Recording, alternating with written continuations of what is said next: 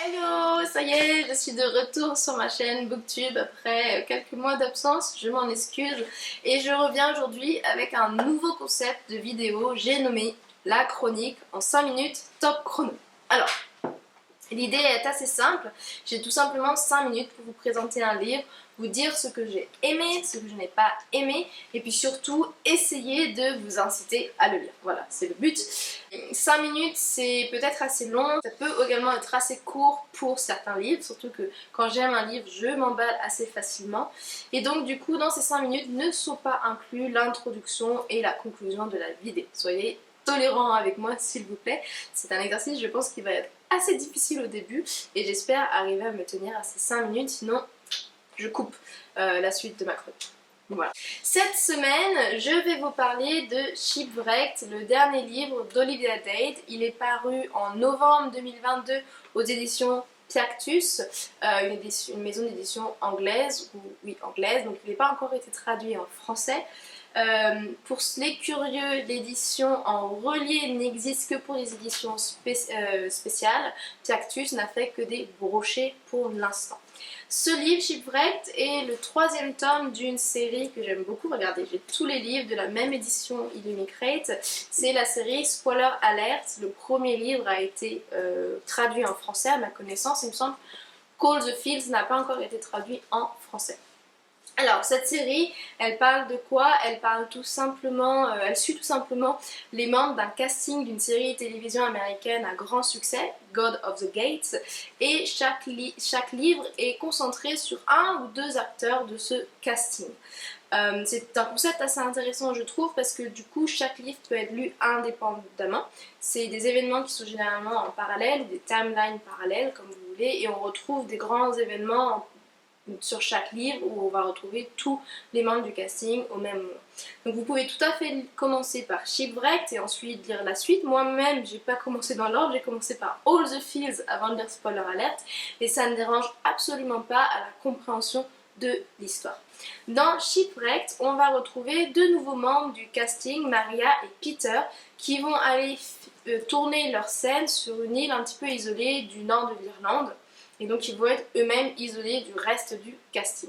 Maria est pour moi un hommage à la Suède, qui est le pays de résidence de l'autrice et également le pays d'origine du personnage.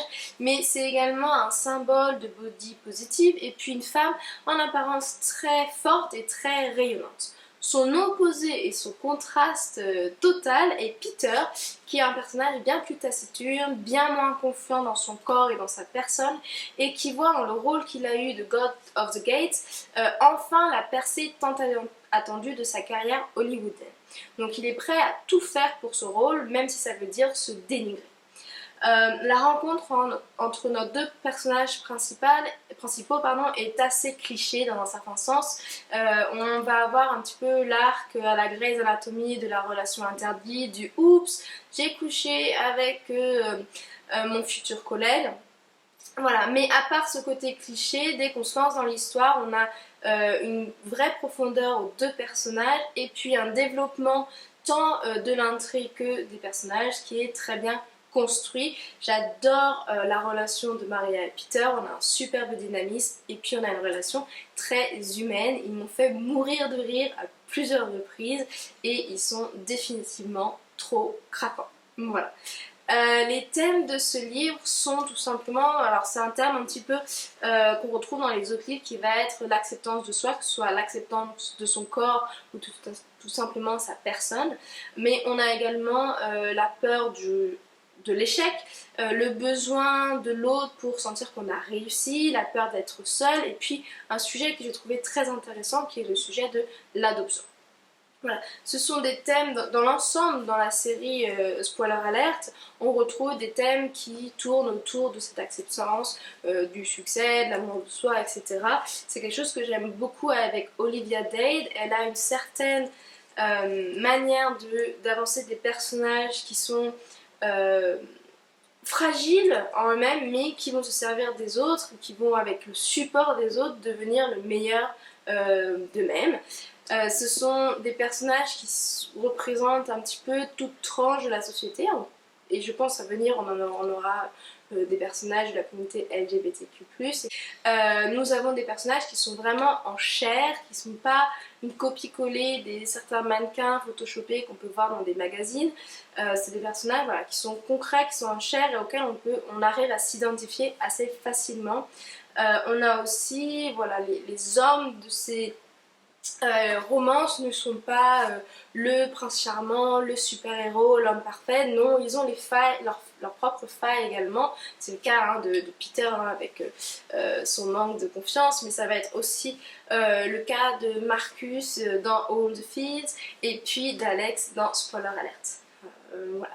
Donc j'aime beaucoup les livres d'Olivia Dade et notamment son petit dernier Shipwrecked pour toute cette représentation qu'elle met dans ses livres et puis la place de l'amour et les relations qu'elle a entre ces différents personnages. Voilà, j'ai atteint les 100 minutes. Je voulais vraiment vous présenter Shipwrecked et puis la série Spoiler Alert qui est une série comme je vous disais que j'aime beaucoup. C'est pour moi l'exemple parfait de ces romances un petit peu doudou, confortables, que je lis d'un seul coup sur mon canapé entouré de plein de couvertures et qui me font du bien. Si vous connaissez d'autres romances de ce type, n'hésitez pas à me les mettre dans les commentaires. J'en cherche en ce moment, je n'en ai pas encore trouvé depuis Shipwrecked, donc je serais assez heureuse de mettre la main sur une nouvelle romance doudou. C'est la fin de cette vidéo. Alors si vous avez aimé ce nouveau concept, n'hésitez pas à me le dire dans les commentaires, ça me fera très plaisir, à me mettre un petit pouce bleu et puis à partager avec vos proches ou vos amis de lecture afin de m'aider à gagner un petit peu plus de visibilité sur YouTube. Vous avez également mon bookstore en description si vous voulez aller retrouver mes chroniques. J'ai déjà fait une chronique sur Shipwrecked, vous pouvez la retrouver sur mon feed. Et puis surtout, le plus important, je vous dis à lundi prochain pour une nouvelle vidéo, une nouvelle chronique en 5 minutes top chrono. Merci, salut!